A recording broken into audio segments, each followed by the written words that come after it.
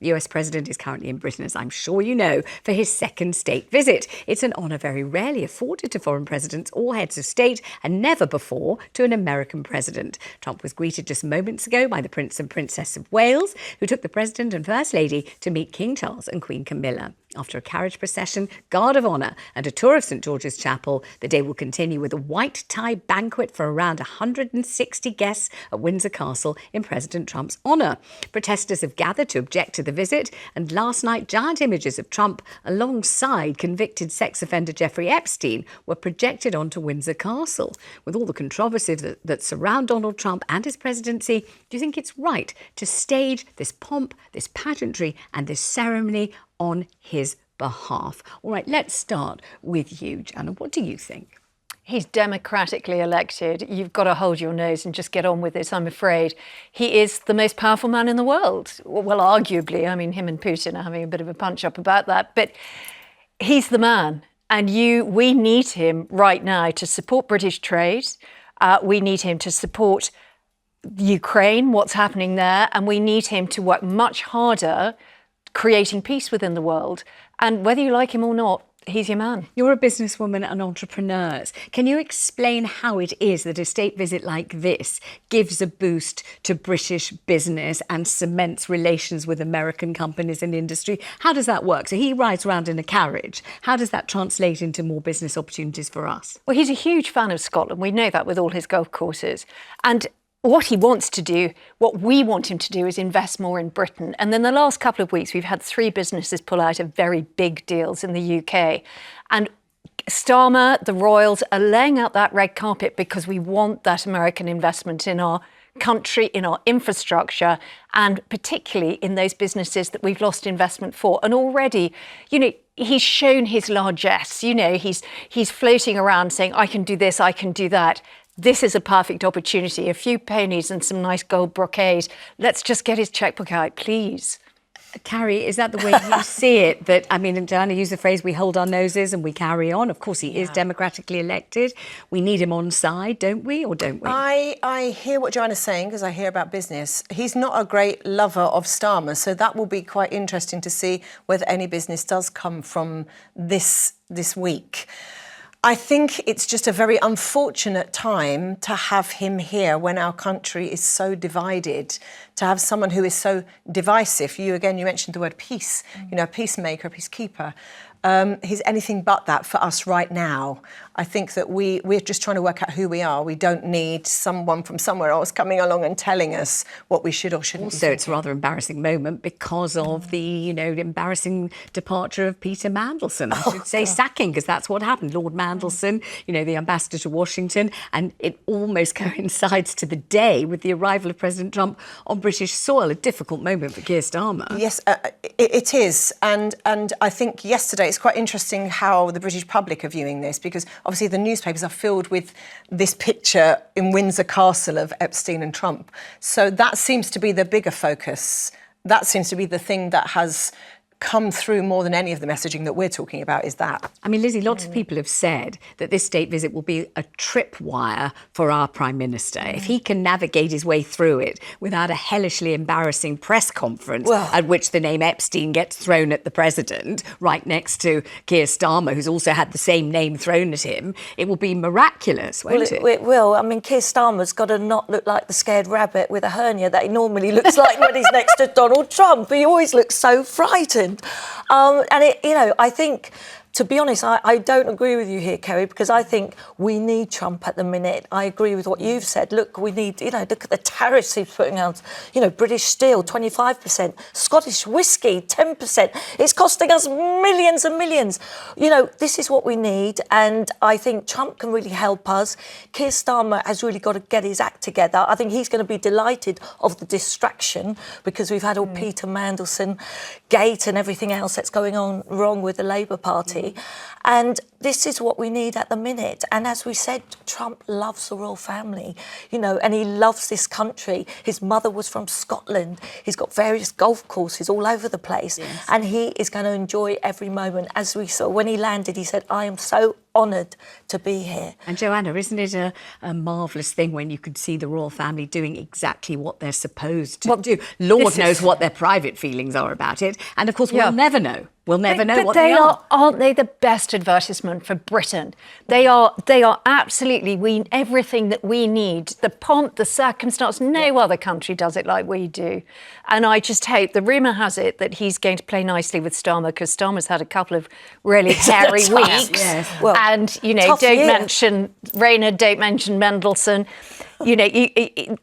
He's got to put on his best brigades himself and show them. We know that President Trump made very, very flattering comments about Sir Keir Starmer's wife, didn't he? He said, we love her. She's really wonderful. She's his best weapon, or something of that kind. And it's said that Lady Starmer, who's kept a very low profile so far, we've barely seen her, really might actually step up for this and make all the difference. And as for Melania, we never know. She's one of the world's biggest enigmas, isn't she? We never know what she's thinking at all. I've got to say, look at the hat. So when I saw her hat, doesn't want to be seen. Doesn't want to be seen. She's hiding. No one can go to kiss her. She'd knock them out. I mean, it is the battle of the hats. I love it. All right, let's go to Mary, who's on the line in Kent. Mary, how do you feel about this? Well, there's no question that we're rolling out the red carpet with every ounce of energy we can muster. Is it the only alternative? Do we have no option about this, really? I think we don't have an option. We know what sort of character this gentleman is, and I think that we've taken perhaps the best possible route to really schmooze him and kid him that we think he's wonderful. You'll go home and Mary, what do you hope it's going to yield, all this schmoozing? What do you want the result of it to be? Well, I think that this is the thing. It's almost like, this is a total idiot. Let's lure him into his own stupidity, because we can manipulate him because of the way that he is, because of his character.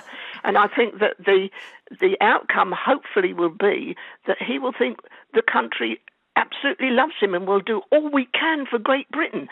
Well, good for us. I think that we're doing the right thing. Yeah. Very excellent call. The only thing I would question you on is the idea of this unbelievably successful individual as an idiot. I think he might be many, many things and many words that I can't say on the television and wouldn't even say in my private life. I'd be so horrified. But an idiot? I don't think so. Can somebody so successful in every way, in business, in being president twice, not just once, how can he be an idiot? Perhaps the choice of words was a little unfortunate. I think that he is deluded, and I think that he is mentally deranged to an extent. Except he is the most powerful man in the world. And, so that's not a delusion, it's the truth, isn't it? Yeah, but I've done work for people like Paul Getty. They are all that way inclined. They are self. And it's just the way that some people are, and they collect people around them who like that. But in his case, the majority of American voters, I mean, it's everywhere he goes, people roar their approval, wave flags with his face on it. He's not deluded. It's what's really happening. That's his real experience. And in the White House twice over, it's absolutely extraordinary, the whole thing. None of us can really believe we're even talking about this, can we? It's so extraordinary. Mary, thank you so much. What a lovely call. Let's go to Maureen in Cheshire. Maureen, how do you feel about this? Well, I feel that he's just the wrong person for the job. I think the rednecks have voted him in. But they think he's the right person for the job, and he has previous. It's not like he'd never been in the White House before, so they knew what they were doing, voting in such profusion to bring him back again, didn't they? They did bring him back again, but I don't think they thought about it. I think that it's a knee-jerk reaction. Tell me about, though, our response, this wonderful kind of pageantry, this extraordinarily beautiful welcome we're giving him, because it looks magnificent. The horses, the carriages, fabulous. I can well understand why the King would do this, because obviously we want him to spend money here and we want him to boost our country if possible. Yes. So I can understand why it's being done. I personally don't agree with it, but I do understand why the King is doing it, and the King is obviously very well advised with a lot of advisors around him. And also, the king has no choice. The king must do what the prime minister tells him to do. He doesn't have an option. It's not like he could say, well, actually, count me out. I don't fancy it. He's got no choice at all. No, and got a headache. And he has to do it beautifully. He has to do it impeccably with charming manners and great hospitality and geniality and all the things that, he's so beautifully bred, he will definitely do. I think the rest of us might find it more difficult. What he's actually thinking, though, don't you? You do, but we'll never know. We'll never know. But Keir Starmer did give that invite in front of the global stage, and he was so excited about doing it, couldn't get the invite out of his top pocket quick enough, he was like, wasn't he? But they aren't, he's not going public. He won't be going round in the carriage around Windsor. It's all within the gates. So he's going round around the garden. Imagine having a garden large enough that you could have a carriage going round and round it. Wouldn't that be marvellous? How wonderful. Hurrah. Let's go to Doreen, who's in Fife.